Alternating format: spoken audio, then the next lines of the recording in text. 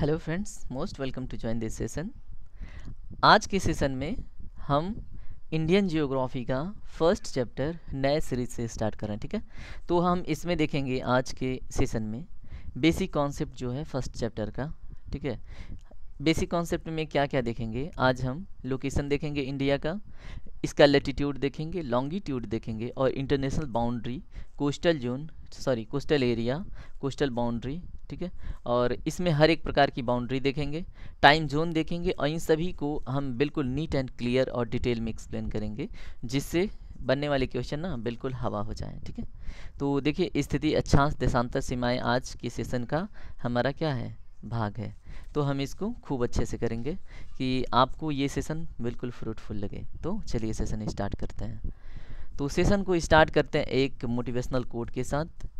जिंदगी खेलती भी उसी के साथ है जो खिलाड़ी बेहतरीन होता है। दर्द सबके एक से हैं मगर हौसले सबके अलग अलग हैं।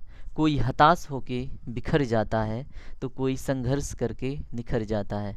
मीन्स कि ज़िंदगी उन्हीं के साथ खेलती है जो योग्य हैं। ठीक है, जिन्हें ये चुनती है। अगर मान लीजिए आपके सामने चुनौतियां अधिक हैं, मीन्स क्या है, आप योग्य हैं तभी ये चुनौतियां आपके सामने हैं। ठीक है, तो बढ़ते हैं इसी तरह से इस मोटिवेशनल कोट के साथ और निखरते हैं ज़िंदगी में।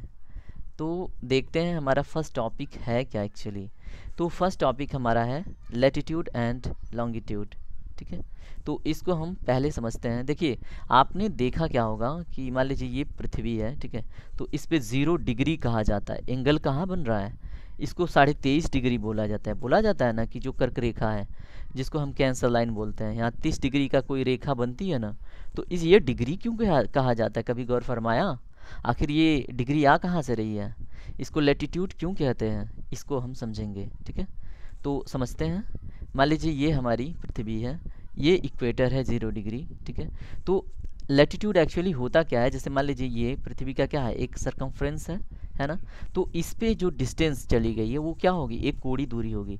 मान लीजिए ये सेंटर है। ठीक है, अब इस सेंटर से यहाँ तक मान लीजिए 23.5 डिग्री का कोण, सॉरी यहाँ पे 60 डिग्री का, अगर एक क्या है 60 डिग्री का लैटिट्यूड है।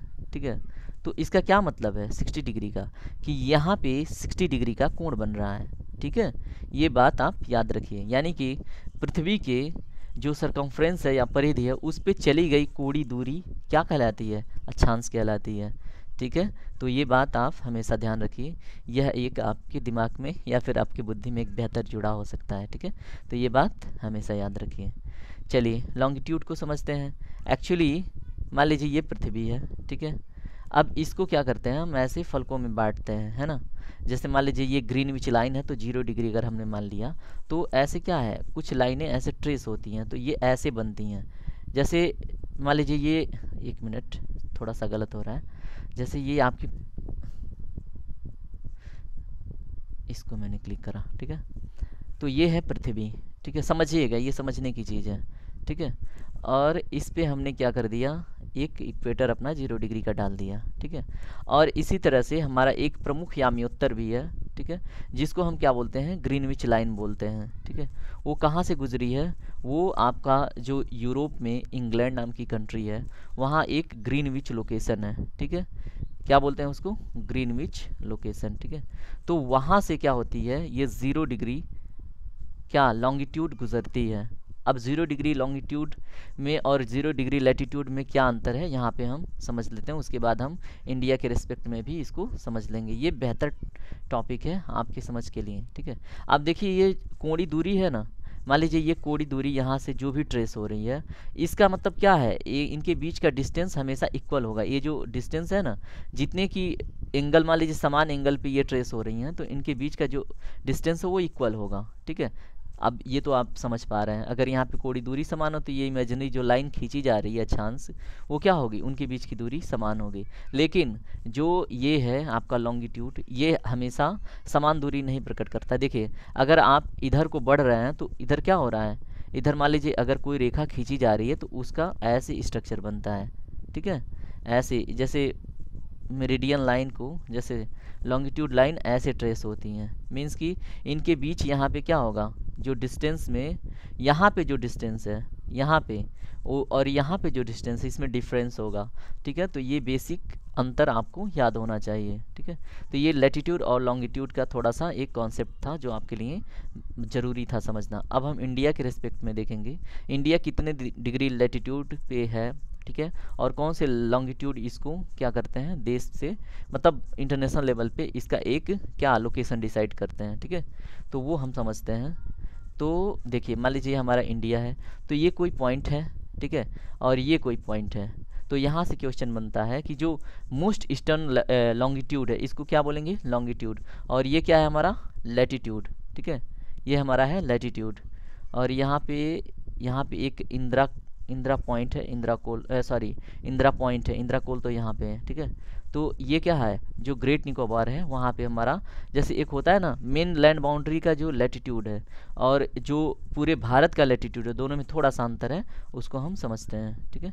तो देखिए ये कितने डिग्री का है लॉन्गिट्यूड, यहाँ पे अगर भारत को हम क्या करें इसको दो लॉन्गिट्यूड के बीच में कवर करें, ठीक है, यानी कि इसकी जो चौड़ाई है अगर उसको हम देखें तो ये 68.7 डिग्री, थोड़ा सा ये मिसबिहेव कर रहा है डिस्प्ले, ठीक है, 68.7, जैसे मान लीजिए 68 डिग्री 7 मिनट का, ठीक है, यहाँ पे है क्या लॉन्गिट्यूड, और यहाँ पे 97.25 है, ठीक है, यानी कि 97 डिग्री 25 मिनट का यहाँ पे लॉन्गिट्यूड है, ठीक है। तो ये बात आप याद रखिए, क्यों मिसबिहेव कर रहा है नहीं समझ में आ रहा है, ठीक है।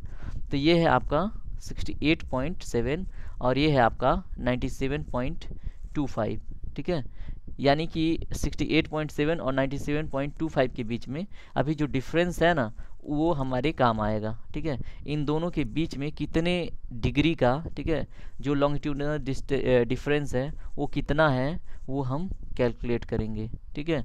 अब मान लीजिए 68.7 में कितना जोड़ेंगे तो 97.25 हो जाएगा।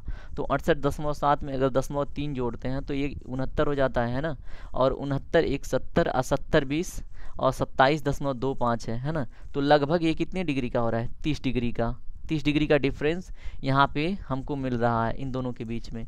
तो इसके इम्पोर्टेंस को हम समझेंगे लेकिन अभी थोड़ा सा आगे बढ़ के, ठीक है। ये देख लिया हमने इसका लॉन्गिट्यूडनल, क्या इसका जो क्या बोलते हैं इसको, लॉन्गिट्यूड को क्या बोलते हैं, देशांतर। तो देशांतर का जो मोस्ट ईस्टर्न पॉइंट है, सॉरी मोस्ट वेस्टर्न पॉइंट है, वो 68.7 है और ये 97.25, यानी कि 68.7 डिग्री है, या तो 97.5 डिग्री बोलें या फिर 68 डिग्री 7 मिनट बोलें, और इसको 97 डिग्री 25 मिनट बोलें, ठीक है। ये हमने देख लिया क्या है, ये लॉन्गिट्यूडनल डिस्ट्रीब्यूशन है। और अगर हम लैटिट्यूडनल डिस्ट्रीब्यूशन देखें, ठीक है, वहाँ पे देखिए ऊपर लाइन ट्रेस नहीं हो रही, तो इसको पिक पॉइंट पे मान लीजिए, ठीक है। तो ये है हमारा कितना 37 डिग्री 6 मिनट, ठीक है। तो ये है हमारा कितना 37 डिग्री 6 मिनट। और यहाँ पे जो है इंदिरा पॉइंट नहीं, जो हमारी क्या है कन्याकुमारी, तो ये है हमारा 8 डिग्री 4 मिनट, ठीक है। तो इस पे क्वेश्चन बहुत बार बन चुका है और बनने की भी संभावना है, तो इस बात को आप याद रखिएगा।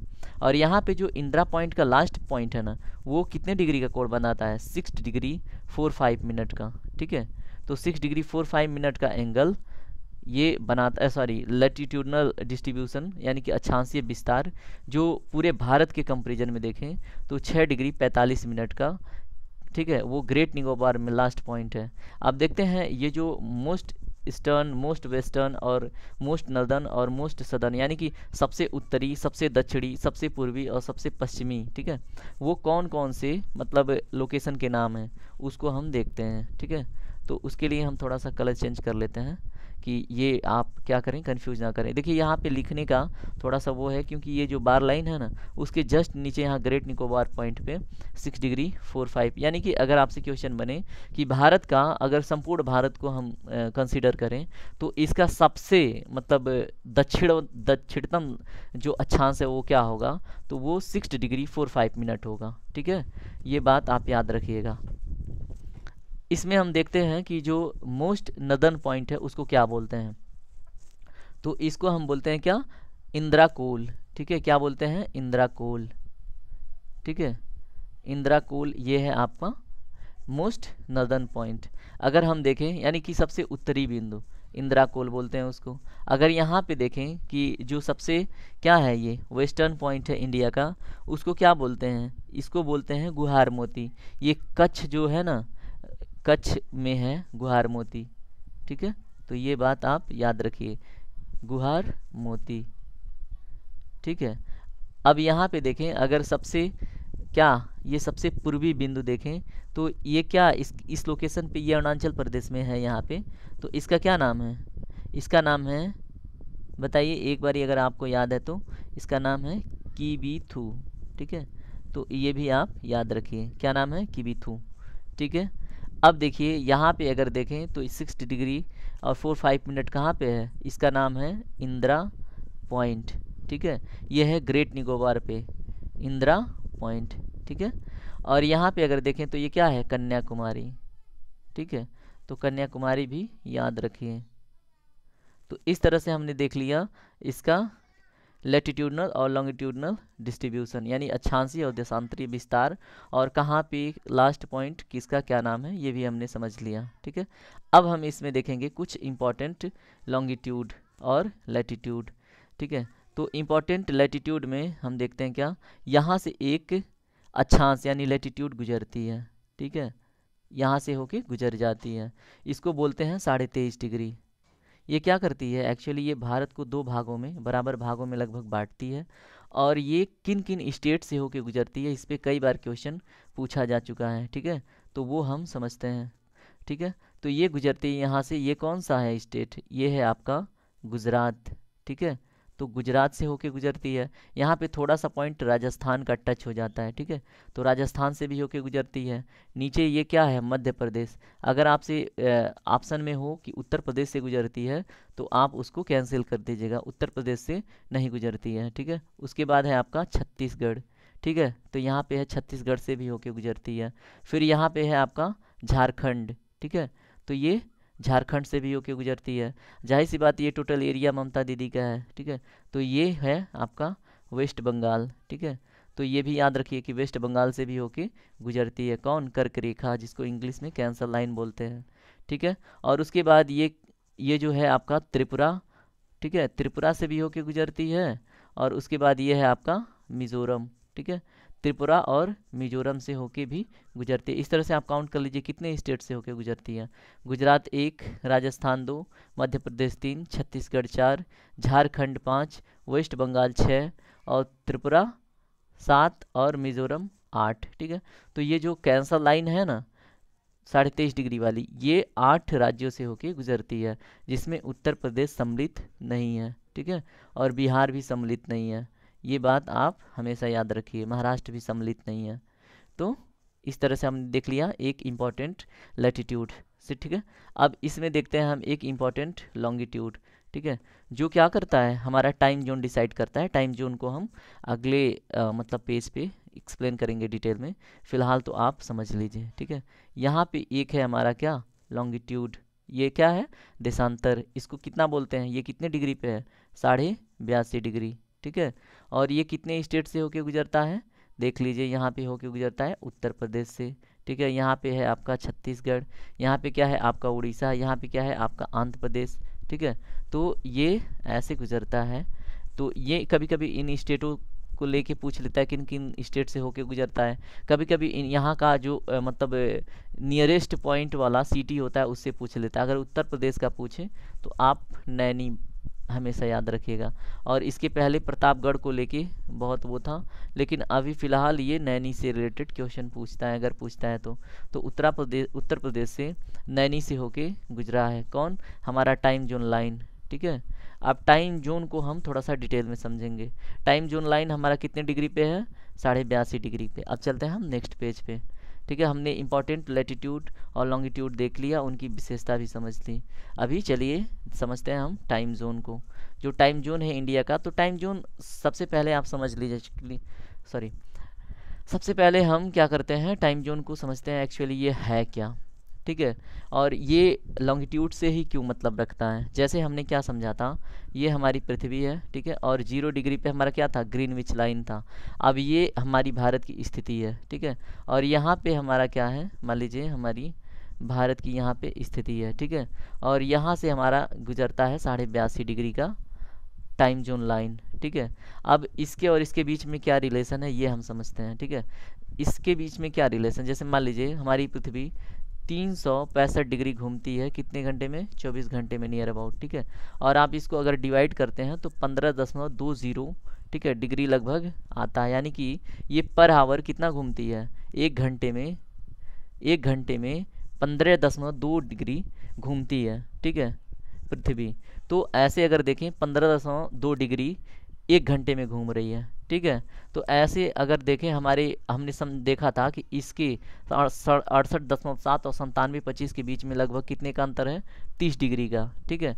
तो 15.20 और इसको ऐड करेंगे तो लगभग 30 हो रहा है, यानी कि 2 घंटा। यानी कि अगर हम समझें यहाँ पे जब सूर्योदय होता है तो उसके लगभग 2 घंटे के बाद यहाँ क्या है, ये गुहार माती में सूर्योदय होता है। यानी कि इसके बीच में 2 घंटे का टाइम डिफरेंस है, ठीक है। जिसकी वजह से हमारे भारत में जो मतलब वर्किंग ग्रुप है उसकी एनर्जी लॉस या फिर टाइम मैनेजमेंट ऐसे मतलब एग्जैक्टली नहीं हो पाता, ठीक है। क्योंकि ये 2 आवर का डिफरेंस होता है। और मान लीजिए रेलवे जोन है तो हमारे वहाँ क्या है, जितने भी रेलवे जोन हैं उनके लिए सिर्फ क्या एक ही टाइम जोन है, और इसलिए क्या होता है कभी कभी दिक्कत भी होती है। तो इसके लिए भारत में कई बार क्या है, मतलब अलग अलग टाइम, मतलब अलग अलग लॉन्गिट्यूड से केवल इसको 82.5 डिग्री को ही नहीं, एक अलग भी टाइम जोन डिसाइड करने की बात चलती रहती है, ये भी आप याद रखिए, ठीक है। तो हमने क्या देख लिया कि जो क्या है ये 365 डिग्री घूमती है कितने, 24 घंटे में पृथ्वी। और यहाँ पे हमारा सबसे पहले सूर्योदय होता है किबुती में, ठीक है। और क्या होता है 2 घंटे के बाद कहाँ पे सूर्योदय होता है, गुहार मोती में। यानी किबुती में सूर्योदय हो गया, उसके 2 घंटे के बाद कहाँ पे होगा, लगभग 2 घंटे के बाद गुहार मोती में, ठीक है। तो ये भी बात आप याद रखिए, यहाँ से भी क्वेश्चन बन सकता है आपसे, ठीक है। हमने देख लिया कि 1 घंटे में कितनी घूमती है, 15.2 डिग्री, ठीक है। तो ऐसे अगर हम देखें, एक चीज़ अब फिर से समझिए, अब इनको हम ख़त्म करते हैं, उसके बाद हम आते हैं 0 डिग्री और 82.5 डिग्री के बीच में क्या संबंध है उसको समझते हैं। तो हमने देखा कि 1 घंटे में 1 आवर में कितना पृथ्वी घूमती है, लगभग 15.2 डिग्री, है ना। तो अगर इतना घूम रही है पृथ्वी 1 घंटे में, तो अब देखें कि 82.5 डिग्री क्या है हमारा, 0 डिग्री से इधर को डिस्टेंस है, ठीक है। और 0 डिग्री प्रमुख या में उत्तर बोलते हैं, ग्रीनविच लाइन है, ठीक है। अब यहाँ से हमारे वहाँ सूर्योदय पहले होता है, ठीक है, क्योंकि सूर्य इधर उगता है, क्योंकि हमारी पृथ्वी क्या होती है, वेस्ट टू ईस्ट रोटेट करती है, ठीक है। तो हमारी पृथ्वी सबसे पहले हमारे वहाँ सूर्योदय सबसे पहले किबिथु में होता है, ठीक है, अरुणाचल प्रदेश की किबिथु में। तो इससे क्या होता है कि अब देखेंगे हम 0 डिग्री और 82.5 डिग्री के बीच में कितने का टाइम गैप है। यानी कि अगर हमारे वहाँ सूर्योदय किबिथु में हो गया तो ग्रीनविच लाइन पे सूर्योदय कब होगा, कितने घंटे के अंतराल पे। तो इसके लिए आपको क्या करना है, 82.5 डिग्री में 15.20 से भाग दे दीजिए, ठीक है, यानी कि डिवाइड कर दीजिए। तो 82.5 में 15.20 से डिवाइड करेंगे तो लगभग ये आपका 5 घंटा, ठीक है, 5 घंटा लगभग 30 या 35 या 32 मिनट के लगभग आएगा।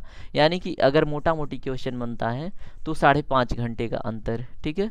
तो ये बात आप याद रखिए, यानी कि हमारे वहाँ जब सूर्योदय होगा तो उसके 5.5 घंटे के बाद सूर्योदय कहाँ पे होगा, ग्रीनविच लाइन यानी कि इंग्लैंड में, ठीक है। तो हमने टाइम जोन को समझ लिया बिल्कुल डिटेल में। अब हम नेक्स्ट बढ़ेंगे और आगे की देखेंगे आगे की क्लासेस। और आगे बढ़ने से पहले आपसे रिक्वेस्ट है, ठीक है, इस हमारे मोटिवेशन के लिए आप अपना हमेशा की तरह 10 सेकेंड या फिर 5 सेकेंड का इन्वेस्टमेंट करें। लाइक कमेंट जहाँ पे आपको इम्पोर्टेंट लगता है या फिर कुछ पूछना है, शेयर करें अपने दोस्तों को और सब्सक्राइब करके हमसे जुड़ जाएं, ठीक है। तो इतना तो आप कर सकते हैं। चलिए आगे बढ़ते हैं।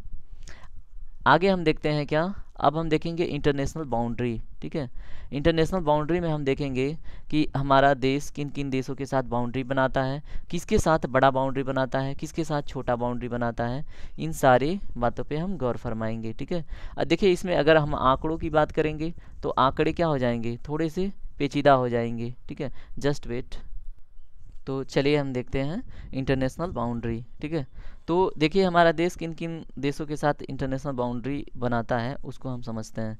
देखिए यहाँ पे क्या है, सबसे पहले नेपाल। ठीक है, यहाँ पे है हमारा नेपाल।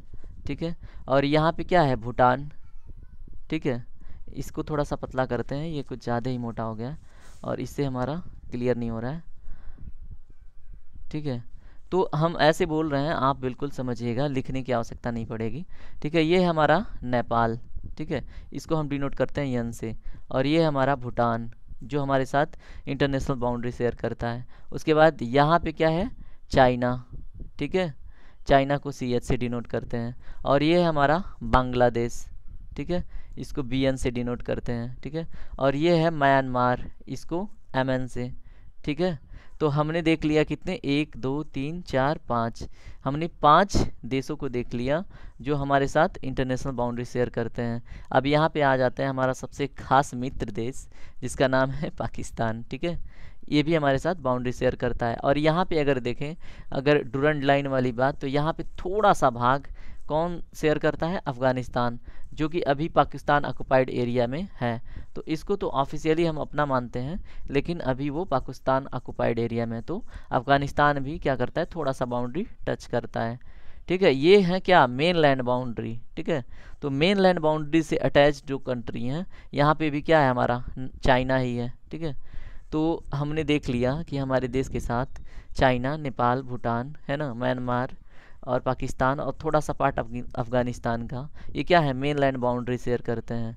अब देखते हैं मैरीटाइम बाउंड्री कौन कौन शेयर करता है। ठीक है, तो अगर हम पाकिस्तान की बात करें और बांग्लादेश की बात करें तो ठीक है, ये दोनों क्या करती हैं हमारे साथ, land boundary plus maritime boundary, यानी कि देखिए ये क्या है, मतलब एक लैंड बाउंड्री है, यानी कि स्थलीय सीमा के साथ साथ ये हमारे साथ जलीय सीमा भी शेयर करता है पाकिस्तान। और बांग्लादेश भी हमारे साथ स्थलीय सीमा के साथ साथ जलीय सीमा भी शेयर करता है। ठीक है, तो इसको बोलेंगे लैंड बाउंड्री और मैरीटाइम बाउंड्री शेयर करने वाला वो कौन सा देश है। ठीक है, तो ये पाकिस्तान और भूटान हो जाएंगे। अब इसके अलावा क्या होता है, मैरीटाइम बाउंड्री भी होती है, जो मतलब कुछ कंट्री हैं जो हमारे साथ केवल मैरीटाइम बाउंड्री शेयर करती हैं। ठीक है, वो कौन कौन सी हैं, यहाँ पे देखिए जो श्रीलंका है, ये हमारे साथ क्या करता है, सिर्फ और सिर्फ क्या करता है, मैरीटाइम बाउंड्री लाइन शेयर करता है, यानी कि जलीय सीमा शेयर करता है। तो मैरीटाइम में हम देखते हैं कौन कौन है, जस्ट वेट, हम कलर चेंज करते हैं, सॉरी मैं। ठीक है, तो ये है श्रीलंका। ठीक है, इसको SRI से डिनोट कर दिया। ठीक है, उसके बाद अगर हम यहाँ पे देखें तो मालदीव की स्थिति है, तो यह हम इसको MAL से डिनोट कर दिया। और अगर देखें इंडोनेशिया की स्थिति किसके रिस्पेक्ट में, अंडमान और निकोबार के, तो वो भी एक क्या करता है, हमारे साथ मैरीटाइम बाउंड्री शेयर करता है। ठीक है, तो ये भी बात आप याद रखिए। अब इसके बाद हम देखते हैं कौन कितना अधिक बाउंड्री शेयर करता है और कितनी बाउंड्री शेयर होती है उसके विषय में। ठीक है, तो हम देखते हैं, सबसे पहले हम चलते हैं बांग्लादेश की तरफ। ठीक है, तो ये जो बांग्लादेश है ना, ये हमारे साथ सबसे अधिक लैंड बाउंड्री शेयर करता है। तो ये क्वेश्चन बने आपसे कितना, ठीक है, तो कितना तो नहीं बनेगा। ये देखिए ये पॉइंट्स हमने डिस्कस कर लिया, अब इसको हम इरेज करेंगे, मिटाएंगे। ठीक है, तो हम देखते हैं हमारे साथ बांग्लादेश कितने किलोमीटर की बाउंड्री शेयर करता है। तो ये हमारे साथ 4096 किलोमीटर की बाउंड्री शेयर करता है। ठीक है, 4096 किलोमीटर की बाउंड्री शेयर करता है कौन, बांग्लादेश। ठीक है, तो ये बात आप याद रखिए, ये है मतलब फर्स्ट या फिर बिगेस्ट कंट्री। ठीक है, जो मतलब biggest country in the sense land boundary के मैटर में। ठीक है, तो इंटरनेशनल बाउंड्री का सबसे बड़ा सीमा हमारा बांग्लादेश के साथ शेयर होता है। ठीक है, अब हम देखेंगे सेकेंड पे कौन आता है, 4096 किलोमीटर के साथ, तो ये आ गया। सेकेंड पे आते हैं हमारे सबसे विरोधी देश जो एशिया के हैं, यहाँ पे शेयर करते हैं और यहाँ पे शेयर करते हैं। तो ये कितना टोटल, ये कितना लैंड बाउंड्री दोनों मिला के शेयर करता है, ये टोटल लैंड बाउंड्री हमारे साथ शेयर करता है कितना, 3488 किलोमीटर। ठीक है, तो सेकेंड पे पूछें या अरेंज करने की बात आए तो सेकेंड पे चाइना आप याद रखिएगा। ठीक है, और उसके बाद आपसे पूछें कि थर्ड पे कौन आता है, तो थर्ड पे हमारा सबसे खास मित्र देश है पाकिस्तान। ठीक है, तो ये हमारे साथ कितना लैंड बाउंड्री शेयर करता है, 3310 किलोमीटर। ठीक है, तो ये भी बात आप याद रखिए, ठीक है। तो सबसे खास कितना मित्रवत व्यवहार है हमारा इसके साथ, आपको पता ही है, ठीक है। तो तीसरे स्थान पे आता है हमारा पाकिस्तान लैंड बाउंड्री के मैटर में। और ऐसे ही अगर पूछे आपसे क्वेश्चन कि चौथे पे कौन आता है, तो ये तो हमारा मित्र देश है, ठीक है। तो हमारा मित्र देश कौन है? नेपाल। ये हमारा नेपाल है, ठीक है। ये आता है चौथे पे और कितने किलोमीटर की बाउंड्री शेयर करता है? तो 1752 किलोमीटर का, 1752 किलोमीटर की बाउंड्री शेयर करता है नेपाल, ठीक है। और इसके बाद आता है आपका म्यांमार। तो ये है आपका म्यांमार रीजन, ठीक है। और ये हमारे साथ बाउंड्री शेयर करता है कितने का? 1643 किलोमीटर का। देखिए ये डाटा बहुत ज़्यादा इंपॉर्टेंट नहीं है, आपको सिर्फ क्वेश्चन ये पूछेगा, कभी कभार गलती से डाटा पूछ सकता है, लेकिन आपसे अरेंज करने के लिए पूछ सकता है कि फर्स्ट पे कौन है, सेकंड पे कौन है, थर्ड पे कौन है, क्रोनोलॉजी दे देगा 4 ऑप्शन देके, ठीक है। तो आप इसमें अगर मान लीजिए नीचे से उठाया तो कन्फ्यूज करेंगे, इसलिए मैं सिर्फ यहीं तक एक्सप्लेन कर रहा हूँ, ठीक है।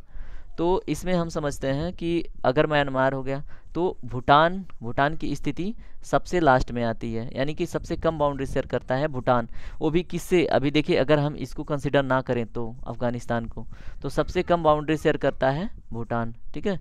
तो इतना जो आपके दिमाग में है कि फर्स्ट पे कौन है, सेकेंड पे कौन है और थर्ड पे कौन है, तो आप ये अच्छे से डील कर लेंगे, ठीक है। तो हमने देख लिया लैंड बाउंड्री, अब हम देखेंगे इसका लेंथ, विड्थ और इसका एरिया देखेंगे, ठीक है। तो आगे बढ़ते हैं। तो इंटरनेशनल बाउंड्री हमने देख लिया, ठीक है। और हमने लैटिट्यूड लॉन्गिट्यूड भी देख लिया, हमने टाइम जोन भी समझ लिया, ठीक है। हमने इन सारी बातों को खूब अच्छे से समझा। अब हम देखते हैं क्या हमारे मतलब भारत की स्थिति, ये क्यों ओ पेन सेलेक्ट नहीं किया इसलिए, चलिए इसको हम इरेज करते हैं, आप फिर से आप अपने ब्रेन में अरेंज कर लीजिएगा, ठीक है। कि कौन कौन है एक बारी फिर से देख लेते हैं। बांग्लादेश फर्स्ट पे है, चाइना सेकंड पे है, थर्ड पे पाकिस्तान, फोर्थ पे कौन है? फोर्थ पे है नेपाल, और फिफ्थ पे कौन है? फिफ्थ पे है म्यांमार, सिक्स पे कौन है? भूटान, अगर अफगानिस्तान को कंसिडर ना किया जाए, ठीक है। तो ये स्थिति है हमारे भारत की और इंटरनेशनल कंट्रीज़ के साथ, ठीक है। तो अब हम देखते हैं इसका एरिया और इसका क्या लेंथ, जैसे मान लीजिए यहाँ से यहाँ तक की लंबाई कितनी है, ठीक है। और इसकी यहाँ से यहाँ तक की चौड़ाई कितनी है, और इनको मल्टीप्लाई करने के बाद हमारा एरिया कितना, कभी कभी पूछ लेता है ये, ठीक है। तो अगर हम देखें तो ये है आपकी 2933 किलोमीटर, ठीक है। और ये है हमारा 3214 किलोमीटर, ठीक है। सॉरी, ये कितना है? अब ये 2933 और ये है 3214, ठीक है। तो ये बात आप याद रखिएगा। तो इन दोनों को मल्टीप्लाई करेंगे तो आपको कुछ निकल के आएगा लेंथ, ठीक है। तो सॉरी लेंथ नहीं, कुछ एरिया निकल के आएगा, तो वो होगा आपका लगभग कितना? 3,28,000 सॉरी 32,87,263 किलोमीटर, ठीक है। तो ये डाटा भी आप याद रखिएगा, ठीक है। तो ये बात और ये डाटा याद रखिएगा, ये इंपॉर्टेंट नहीं है, बस केवल जानकारी रखिएगा, ठीक है। 3214 2933, ठीक है, ये इनके बीच का डिस्टेंस है, ठीक है। अब हम बढ़ते हैं आगे। अब आगे हम क्या बढ़ते हैं, हम देखते हैं coastal zone sorry coastal area देखते हैं, कोस्टल बाउंड्री का लेंथ कितना है, ठीक है। उन चीज़ों पे हम डिस्कस करते हैं। और हमारा क्या है, कोस्टल बाउंड्री कितना है, मेनलैंड बाउंड्री कितना है, और आइलैंडिक जो मतलब क्या है coastal area sorry coastal length कितना है, ठीक है। कोस्टल लेंथ बोले तो क्या, ये जो आपके ये कोस्टल ही तो हैं, ठीक है। और किनका क्या नाम है, तो सब पे डिस्कस करते हैं। तो हम चलते हैं नेक्स्ट पेज पे। आप देखते हैं हम कोस्टल बाउंड्री, देखिए इसमें बड़ा नीट एंड क्लियर दिया हुआ है, इसे समझना बहुत बेहतर होगा, ठीक है। तो सबसे पहले हम लेंथ देखने से पहले हम क्या करें कि अब वहाँ पे हमने एक चीज़ वो कैलकुलेट ऐड नहीं करा था, उस पे आप जाके इस पेज पे जैसे इंटरनेशनल बाउंड्री हमने देखा था ना, तो अगर इन सब का एडिशन करते हैं, इसका इसका इसका और फिर पाकिस्तान का, म्यांमार का, तो ये आपका मेन लैंड बाउंड्री का जो मतलब लेंथ है, ठीक है, वो कितना आता है? 15,200 किलोमीटर, ठीक है। तो ये बात आप याद रखिएगा। टोटल ये क्या है, मेन लैंड बाउंड्री का क्या है, लेंथ है, कोस्टल लेंथ, ठीक है, सॉरी बाउंड्री लेंथ है, ठीक है। और इसको ऐड करेंगे तो आपको खुद ही पता चल जाएगा।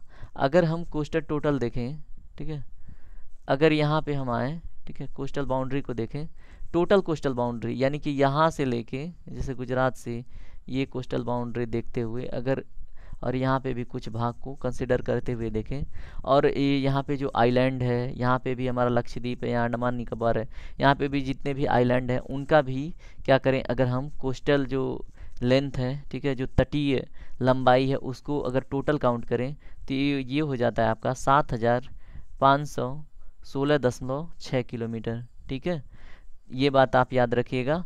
अब 7,516.6 किलोमीटर को क्या करें आप 15,000 सॉरी, अब इसमें से क्या करें ये जो टोटल आए इसका भी और इसका भी काउंट करके 7,516.6 किलोमीटर हो गया।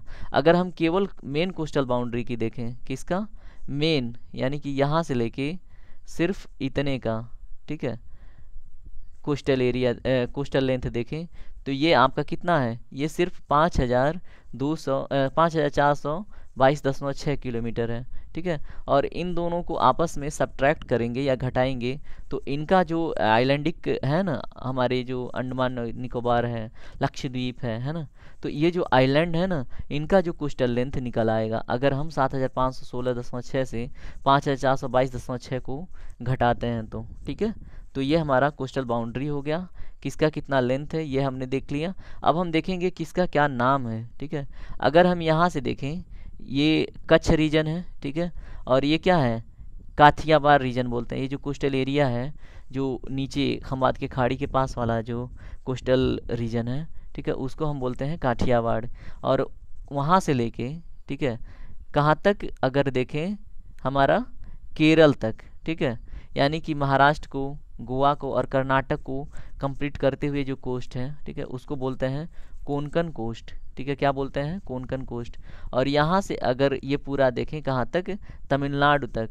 ठीक है, कहाँ से, केरल से लेके, केरल के जो मोस्ट नर्दर्न पॉइंट है, जब उसका जो सबसे उत्तरी बिंदु है, ठीक है, और उसके दक्षिणी बिंदु तक यानी कि तमिलनाडु तक, इसको बोलते हैं मालाबार कोस्ट। ठीक है, और ये देखिए कहाँ से, जो सबसे दक्षिणतम बिंदु है इसका भारत का और तमिलनाडु का जो सबसे दक्षिणतम बिंदु से लेके, ठीक है, यानी कि जहाँ मालाबार कोस्ट समाप्त होता है वहाँ से लेके आंध्र प्रदेश का, सॉरी हाँ, आंध्र प्रदेश की जो यहाँ पे गिरती है ना गोदावरी, यहाँ पे आके, ठीक है, यहाँ पे गोदावरी आके गिरती है यहाँ तक।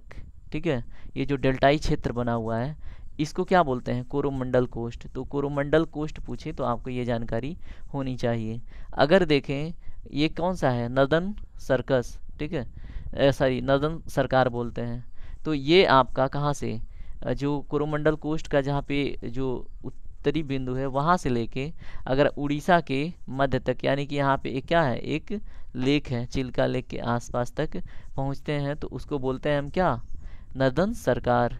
और फिर से देखें अगर सिर्फ उड़ीसा का जो ये पॉइंट है जहाँ पे आंध्र प्रदेश समाप्त होता है और सिर्फ उड़ीसा का जहाँ पे वेस्ट बंगाल में जाके मिलता है तो उसको उत्कल प्लेन बोलते हैं। ठीक है, तो ये जानकारी आपको होना चाहिए। तो ये यहाँ पे सबसे इम्पॉर्टेंट हो जाता है उत्कल प्लेन, क्योंकि इसके विषय में कम चर्चा मिलती है, क्योंकि नर्दर्न सरकार तो लगभग लोग जानते ही हैं। ठीक है, कि इसका विस्तार कहाँ से है, मध्य आंध्र प्रदेश से कहाँ तक, उड़ीसा के मध्य पॉइंट तक। ठीक है, क्या है, नर्दर्न सरकार।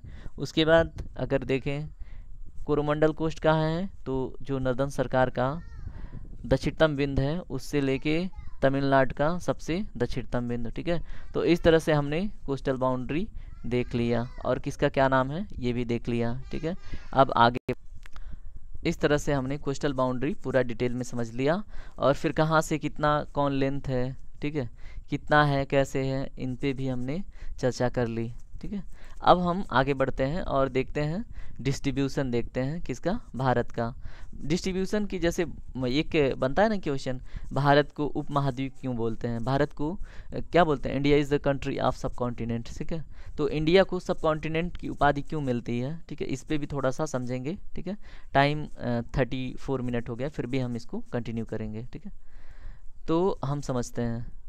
देखिए अगर हम देखें भारत का विस्तार तो इधर से अगर उत्तरी उत्तरी छोर पे देखें तो इधर से हमें क्या करता है, हिमालय हमें प्रोटेक्ट करता है। और हिमालय के प्रभाव में हमारी संस्कृति भी परिवर्तित होती है, हमारा जलवायु भी परिवर्तित होता है, हमारा मानसून भी प्रभावित होता है। किसकी वजह से? हिमालय की वजह से। तो हिमालय की बहुत सारी विशेषताएं, हम हिमालय को डिटेल में करेंगे आने वाले सेक्शन में। तो इसका सबसे ऊपरी है ग्रेट हिमालय, उसके बाद है मध्य हिमालय, उसके बाद है शिवालिक, ठीक है। और इसके सबसे ऊपरी यानी कि सबसे पहले जो फॉर्म हुआ था उसको बोलते हैं ट्रांस हिमालय, ठीक है। इनके बीच में कुछ क्या बोलते हैं, फ्रंट है, ठीक है। और इस फ्रंट को और इसके हिमालय के विषय में हम आगे आने वाले सेशन में एक विशेषकर हिमालय को ही समझना होगा, ठीक है। इसमें बहुत सारी श्रेणियां हैं, जैसे धौलाधर और पीर पंजाल, है ना, और फिर क्या है, लद्दाख सीरीज। तो इनको हम आगे डिटेल में करेंगे, अभी केवल लोकेशनल पोजीशन देखें, ठीक है। इधर से हिमालय है, यहाँ पे क्या है, वेस्टर्न घाट है। वेस्टर्न घाट क्या करता है, यहाँ के जलवायु को प्रभावित करता है, यहाँ पे जो कोस्टल एरिया में बसे हुए स्टेट हैं, ठीक है। और इधर है आपका ईस्टर्न घाट, ठीक है। तो ईस्टर्न घाट भी क्या करता है, प्रभावित करता है यहाँ के आसपास के प्रदेशों को, ठीक है। और अगर देखें स्थिति डेक्कन प्लेट्यू का, ठीक है, तो ये हमारा क्या है, मिनरल रिच जोन है। यहाँ पे खनिज बहुत अधिक मात्रा में मिलता है। छोटा नागपुर का जो पठार है, ये पठारी क्षेत्र, यहाँ पे खनिज की मात्रा अधिक मिलती है, ठीक है। और अगर ये देखें अरावली, क्वेश्चन बनता है कि हमारे भारत का सबसे मतलब अवशेष पर्वत बोलें या सबसे प्राचीन पर्वत कौन है, तो अरावली है, ठीक है। और ये है क्या, विंध्य सीरीज है, और ये क्या है आपका सतपुड़ा सीरीज है। ये इनके बीच से एक नदी बहती है जिसका नाम है नर्मदा। तो नदियों की सीरीज में हम देखेंगे नर्मदा अमरकंटक से निकलती है, ठीक है, और कहाँ से कहाँ पे जाके मिलती है, ठीक है। और ये है हमारा क्या है, ये हिमालय का ही मतलब एक भाग है जो पर्वतीय रूप में है, ठीक है।